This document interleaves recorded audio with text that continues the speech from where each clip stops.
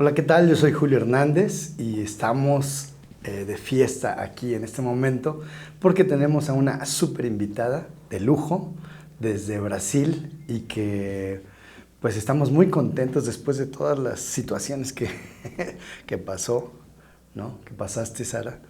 Gracias a Dios estás con nosotros aquí en México y le damos la bienvenida a Sara Winter. ¿Cómo estás, Sarita? Muchas gracias por la invitación, es un honor estar aquí, muchísimas gracias.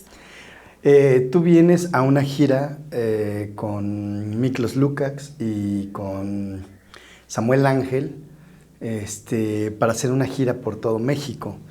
Bueno, a mí me gustaría que nos contaras un poquito qué fue lo que pasó en Brasil. ¿Cómo fue que tuviste arresto domiciliario? Claro. ¿Cuáles fueron los motivos? Porque pues mucha gente llegaban noticias de un lado, llegaban noticias de otro, pero qué mejor que nos lo cuentes tú. Claro, precisamente.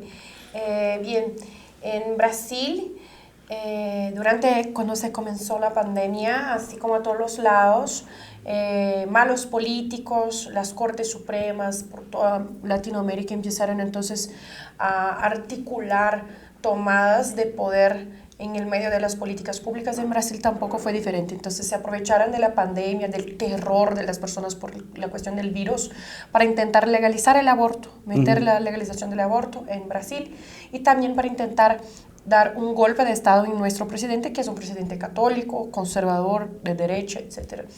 Y entonces la población entonces empezó a reaccionar en contra de todo eso. Y yo percibí que podría ser un liderazgo en la formación de una militancia cristiana conservadora para ayudar a las personas a se organizaren como movimientos políticos, obviamente pacíficos, democráticos. Entonces empezamos un campamento muy grande enfrente de la Corte Suprema, justo para manifestarnos en contra del intento de la legalización del aborto y también del golpe de Estado. Y entonces empezó una persecución tremenda en contra de todos los conservadores de Brasil. Yo digo que la persecución que estamos sufriendo ahora es igual a lo que sufren otras personas en medio a países, a naciones realmente dictatoriales. Entonces la Corte Suprema ordenó a la policía que pudiera entonces buscar y aprender todos nuestros aparatos electrónicos. Cuando digo nuestros, estoy diciendo de los 30 mayores influencers conservadores de Brasil. Imagina un día que la policía busca y aprende los teléfonos y las computadoras y los flash drives de Sarah Winter, de Samuel Ángel, de Lupe Batallán, de Agustín Laje, de Miklos y de todos, por la única razón de estarmos entonces apoyando a la gente que quisiera manifestarse en contra de medidas como dictatoriales. Si estuvieran conspirando, ¿no? Exactamente. Y luego después la Corte empezó a ordenar prisiones. Entonces ordenó que mandara a Sarah Winter, mandara a Oswaldo Eustáquio, mandara a muchas personas a la cárcel, sin ningún delito, ni juzgo, ni sentencia, totalmente afuera del ordenamiento jurídico, por la única razón de estarmos organizando la derecha brasileña, organizando a los movimientos conservadores en Brasil. Hubo mucha gente que hasta el día de hoy siguen 5 personas en la cárcel en Brasil, 2 diputados, 2 diputados nacionales, que por la plena voluntad, las ganas de la Corte Suprema, ahí están, sin ningún delito, sin nada. ¿Bajo qué cargos? Bajo nada, porque quieren. Conspiración, nada. Entonces, no hay ni acusación, ni nada. No. Entonces, la mensaje que puedo transmitir a toda Latinoamérica y precisamente a México, que nosotros brasileños logramos poner un presidente conservador y católico en el poder, pero eso fue un error tremendo. ¿Por qué? Porque demos nuestra sangre, sudor y sueño para elegir a alguien honesto y católico, pero después de elegirlo no sabíamos lo que hacer. llegamos al poder, pero no teníamos idea de qué hacer para continuar en el poder. Ajá. Por ejemplo, un error tremendo de Bolsonaro fue que así que llegamos al poder, nosotros católicos conservadores, teníamos a nuestra disposición 37,000 cargos públicos para distribuir a conservadores, para ocupar los espacios políticos. Los espacios públicos. Pero Bolsonaro tuve la idea muy mala de mostrar a las personas que no, esto es mucho, vamos a economizar dinero, vamos a guardar dinero. Y cortó por la mitad. Entonces ahí nos quedamos con 18,000 cargos. Ok, pero tampoco no teníamos 18,000 conservadores formados intelectualmente para ocupar estos espacios. Porque cuando se quiere llegar al poder, 15 años antes hay que formar gente para eso. Exacto. Entonces nosotros no teníamos nadie y formado. además, aparte como resistencia en cierto sector católico a participar en políticas públicas, ¿no? Exactamente. Entonces, ¿cómo se quiere hacer una política que se vuelve al derecho natural, a la naturaleza humana, a la dignidad de la persona humana, que son valores intrínsecamente conectados con la doctrina católica, si no metemos católicos en la política? Entonces, el propio Santo Tomás de Aquino, parafraseando a Aristóteles, dice que a la gente que no le gusta la política será gobernado por aquellos que se interesan. Exacto. Entonces, es más o menos esto que se está pasando en Brasil. Entonces, logramos poner un presidente que hoy no tiene poder, no manda, y estamos pasando por una dictadura del poder judicial que está mandando a la cárcel todos aquellos que intentan mantenerse de alguna manera o empezar esta organización en los movimientos católicos. Que además esto se está replicando en toda Latinoamérica, Sí. ¿no? O sea, la dictadura judicial, Exacto. podríamos llamarle, Sí, que sí. lo estamos viviendo en este momento Exacto, aquí en México. sí. Acabamos de participar en una marcha, Sí. que por cierto, ¿qué te pareció la marcha en favor de la mujer y la vida que acabamos de vivir hace unas horas en la Ciudad de México, en la que pues tú también participaste? ¿Cómo sentiste el ambiente, la gente? Me pareció espléndido, principalmente el nombre de la marcha, por la mujer y por la vida.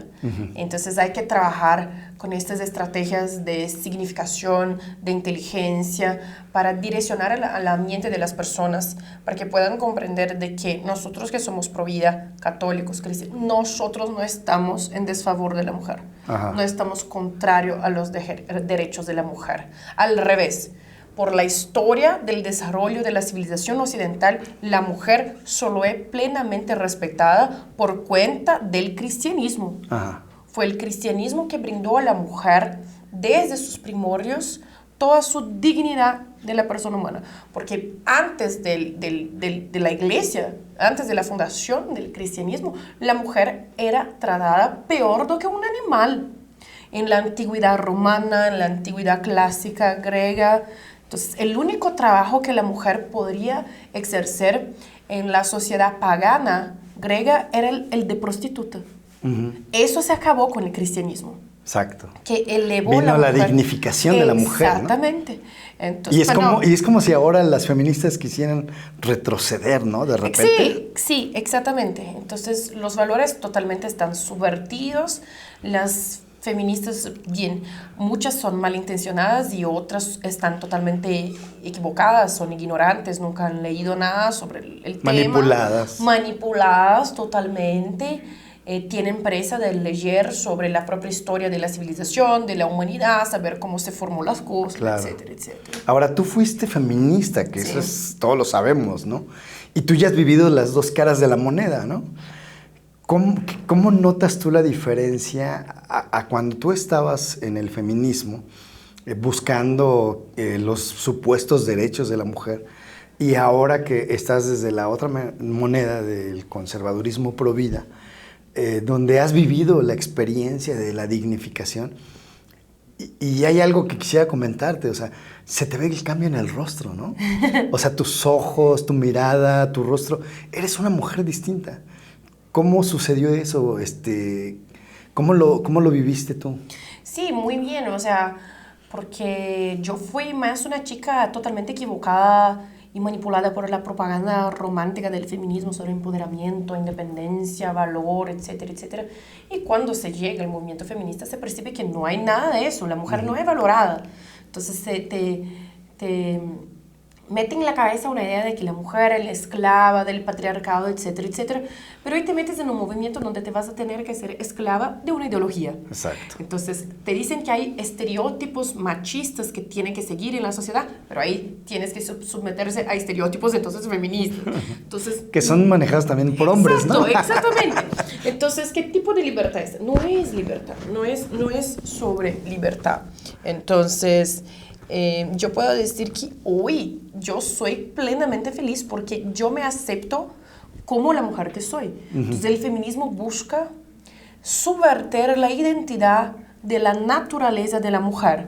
Quiere sacar de la mujer sus valores de su naturaleza, de su procreación, de su maternidad, de su feminilidad, de su misericordia, y quiere destruir estos valores y poner en su lugar valores totalmente masculinos. No, entonces para que tú seas y reclamarlos feliz, como derecho. Sí. Entonces, para que tú seas feliz plenamente contigo mismo, hay que aceptarse como tú lo es. Claro. Yo soy mujer, yo tengo mi naturaleza, yo tengo mis características y yo las amo, yo las quiero, estoy orgullosa de tenerlas. Entonces, esto es amar ser mujer. Yo amo ser mujer.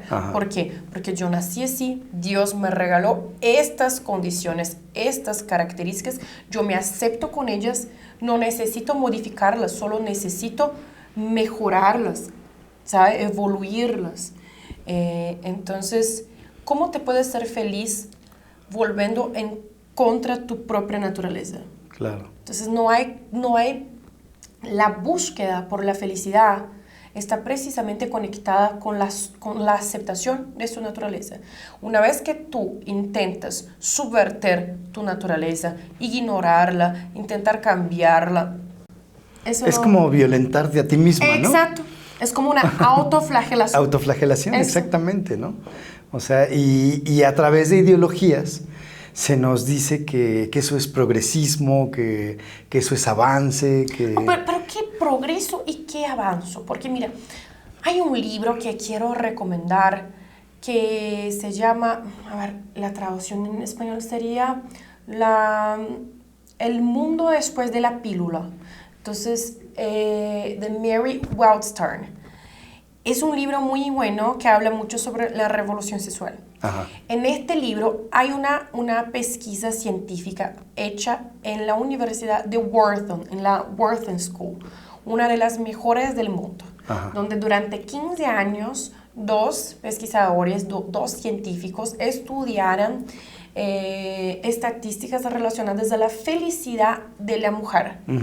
Y se llegó a la conclusión que no es increíble, es súper obvia, de que después de que la mujer empezó a tener contacto con el aborto, una carga laboral extremada, la revolución sexual, el divorcio, las pílulas contraceptivas, los métodos los anticonceptivos, todo eso, la mujer hoy no se considera más feliz. Exacto. Entonces, comparado a 50 años atrás, 60 años atrás, el índice de tristeza y frustración de las mujeres subió. ¿Creció? ¿En lugar de disminuir? Sí, pero eso se pasó solo porque las feministas nos estaban todo el tiempo diciendo. Que era la propaganda, si tuviéramos, ¿no?, el aborto, los anticonceptivos, el divorcio, todo eso, la mujer será libre y feliz. Pero no. No es cierto. No, no estoy hablando de un punto de vista católico, además que eso es muy obvio. Estoy hablando de un punto de vista precisamente de estadísticas. Realista y estadístico, ¿no? Exactamente. Entonces el nivel de felicidad de la mujer cayó totalmente. En lugar de subir. Exacto. Y se lo vendieron a la mujer. ¿Por qué? Con la idea de que iba a encontrar la felicidad, exacto, ¿no? Porque todas estas cosas, anticonceptivos, divorcio, carga laboral, exagerada, todo eso, el aborto es totalmente antinatural para la mujer. Claro. la apartan de su realidad. Exacto. ¿No? De su naturaleza. Exactamente. Y aparte, otra de las cosas que yo he percibido es que, por ejemplo, en el discurso también ven al hombre como un enemigo en lugar de como un complemento, como la sociedad debe de verlo, ¿no? Y creo que eso también contribuyó mucho a esta infelicidad y esta búsqueda, ¿no? Claro que sí, porque, mira, la felicidad, hablando filosóficamente, es una búsqueda intrínseca a la persona humana. Uh-huh. Y la verdadera felicidad solo está contemplada cuando se puede llegar hasta Dios. Uh-huh. Y es muy difícil para una persona, es imposible, pero es muy difícil para una persona sola llegar a Dios. Claro. Entonces, hay un dicho que en el matrimonio, la esposa y el esposo son sus escaleras hasta el cielo. Hasta el cielo, exactamente. Entonces, si tú no tienes nada, y es parte de la naturaleza humana, es parte de la doctrina católica, el matrimonio. O sea, hablando de la doctrina, obviamente, ya sabemos, porque hablando de la naturaleza, hay que perpetuar la especie. Entonces, ¿cómo te vas a llegar al ápice de evolución si tú no estás perpetuando tu propia especie? No hay como ser feliz. Sí, sí. Entonces, es la naturaleza. O sea, los seres humanos perpetúan su especie, las plantas, las bacterias, las bacterias se reproducen. Todos los organismos. Exactamente, se reproducen. Entonces la naturaleza tiene 4 fases. Si no están condenados a extinguirse. Sí, entonces la naturaleza tiene 4 fases. Nacer, crecer, reproducir y morir. Lo que hacen las ideologías de izquierda es acabar con todo eso. Sí. Y además, obviamente, fundamentado en el amar, ¿no? Amar y ser amado. Exacto. Amar a tu pareja, amar a Dios, amar a tu prójimo, exacto, amar a la sociedad. O sea, es la cultura del amor, ¿no? Sí. Y la cultura que nos promueven es la cultura de la muerte. Exacto, ¿no? De la muerte, de la frustración, ajá, del odio, de la tristeza. Entonces, ¿cómo alguien puede ser feliz si solo odia todos los días?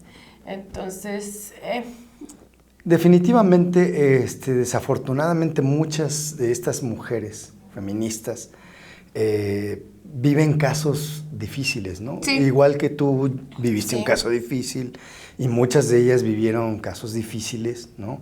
Quizás de violación, quizás de engaño, quizás de abandono, o sea, muchas realidades que son difíciles para la mujer. Pero yo creo que esas realidades se pueden sanar con el amor. Claro, ¿no? Con el amor, con la acogida. Y muchas veces yo digo que esto es un poco de culpa nuestra. Entonces nosotros como iglesia tenemos que comprender el mundo que vivimos hoy y debemos nos organizar para acoger mejor a estas personas. Porque obviamente si una persona que fue violada llegar a una parroquia y pedir ayuda va a ser ayudada. Pero no debemos esperar que se llegue. Claro, debemos acercarnos a ella. Exacto. ¿No? Entonces, muchas veces eso es lo que las feministas hacen. Ellas se acercan. Exacto. Entonces no debemos estar pasivos. Y con una idea contraria, claro. ¿no? Entonces no debemos estar pasivos esperando. Entonces hay que crearse pastorales, movimientos para acoger a estas personas. No de condena, sino de acercamiento. Exacto, ¿no? Exacto, porque yo digo que la mejor manera de hacer con que alguien te siga es por el ejemplo. Claro. No por el grito. Así es. Ahora, ¿cómo viviste tú esa experiencia de acercamiento? ¿Qué fue lo que pasó? ¿Qué fue lo que te motivó a abandonar el feminismo radical y cambiar tu rumbo hacia una paz y un amor con Dios y con tu propio? Sí, yo pasé por una experiencia terrible de un aborto y de casi muerte. Y después de casi morir, sufrí mucho. Tuve 6 meses de síndrome posaborto y fue todo muy difícil hasta que me embaracé de nuevo. Y cuando me embaracé de nuevo, yo tuve la certeza de que quería ser mamá y quería redimirme por el aborto que había hecho. Y tenía muchas ganas de acercarme a Dios, porque casi morí, entonces estaba muy grata por la oportunidad de... Que Dios te había dado. Sí, de vivir y bien, de embarazarme de nuevo. Y además yo estaba frustradísima con el movimiento feminista porque cuando yo adentré todo eso, yo estaba buscando ayudar víctimas de violencia, ayudar mujeres en situación de vulnerabilidad social. Estaba buscando este tipo de cosas y no lo encontré. Encontré chicas totalmente enfermas psicológicamente, traumadas, totalmente malas, adictas a droga, alcohol, todo, sexo desreglado, irresponsable, aborto, tráfico de medicamentos abortivos para menores de edad, para mayores de edad. No era lo que yo estaba buscando, pero yo lo encontré exactamente lo que estaba buscando en la iglesia. Exacto. Entonces, ¿dónde encontré yo una ayuda a mujeres en situación de vulnerabilidad, ayuda a mujeres que sufrieran eso o aquello? Exactamente adentro de la Iglesia Católica, que hoy, desde siempre ha sido la mayor institución de caridad del mundo. Entonces, muchas veces las feministas preguntan, ay, pero ustedes no van a criar al niño, entonces mejor los que niños abortar. Que están en la calle. Pero bien, están en la calle, pero mira, si nos metemos en el Google a buscar orfanatos católicos, vamos a encontrar el número de 8.104. Si buscáramos en el Google orfanatos feministas, cero. No lo hay. Entonces creo que tenemos mucho más que hablar, tenemos mucho más espacio para hablar sobre personas, sobre ayudar niños en situación de vulnerabilidad, mucho mejor do que matarlos. Claro. Entonces, es eso. Y ahora, ¿cómo te sentiste tú cuando antes agredías a la iglesia, ¿no? O estabas en contra de ella? Ay, me siento estúpida. Y después te sientes acogida por ella. Ay, sí. O sea, ¿cuál fue la reflexión de...? Lo acabas de decir, ¿no? Totalmente equivocada, con vergüenza, porque, claro, la propaganda de la ideología nos enseña que la iglesia es el peor pilar de la... Antiderechos. Que es el pilar de todo sufrimiento de la mujer. Y cuando no se estudia, obviamente te lo crees. Claro. Y cuando se empieza a estudiar la formación de la civilización occidental, la historia del desarrollo humano, etcétera, etcétera, te ves que las cosas no son muy bien así. Claro. Entonces, no, hoy yo soy muy feliz siendo católica. Incluso yo tenía tatuada aquí Frida Kahlo y acabo de cubrirla con la Virgen de Guadalupe. O sea, preciosa. Sí, cambié una mexicana mala por una mexicana mucho mejor. Sí. Entonces...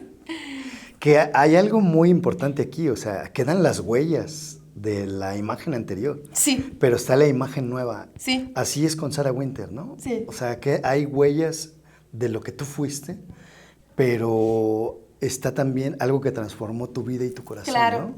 Entonces, es importantísimo eso, ¿no? Que te hace, me imagino que te hace recordar todos los días quién fuiste y quién eres ahora, ¿no? Exacto. Y cómo estás ahora en el verdadero empoderamiento, por así decirlo. Sí, claro, porque mi poder no viene de una ideología marxista. Mi poder, que no es un poder, es como, es una oportunidad, ha venido directo de Dios. O sea, las mujeres no deben estar interesadas en poder. ¿Sabe? Yo creo que deben estar interesadas en servir. Claro. Porque el poder no es lo que nos va a... Es como una falacia, ¿no? Sí, el poder no nos lleva hasta el cielo. Claro. Pero la servitud sí. La misericordia sí. Exacto. Nos lleva. Porque es lo que experimenta, ¿no? Sí. Lo que experimenta uno. La caridad. Y uno lo comparte. Eso. Entonces eso es lo que te lleva, ¿no? Híjole, pues qué conversación tan padre, tan interesante, tan fresca. Muchísimas gracias, Sara, gracias a por vos. compartir con nosotros. Creo que esta información ha sido muy importante y creo que será de mucha bendición para todas las personas que nos están viendo. Ojalá y otro día tengamos otra vez la oportunidad de volver a platicar. Sí. Te deseamos mucho éxito en la gira con estos grandes exponentes. Y pues bienvenida a México. Gracias. Y si les gustó la charla, pues por favor denle un like, compártanlo para que esta charla llegue a muchísima gente, sobre todo a muchísimas mujeres que hoy están pues atrapadas por las ideologías, por los engaños y por las falacias feministas, ¿no? Aquí tenemos a una gran mujer que fue feminista, pero que ahora es una hija de Dios. Gracias, amén. Muchísimas gracias, Sarita. Gracias. Que Dios los bendiga.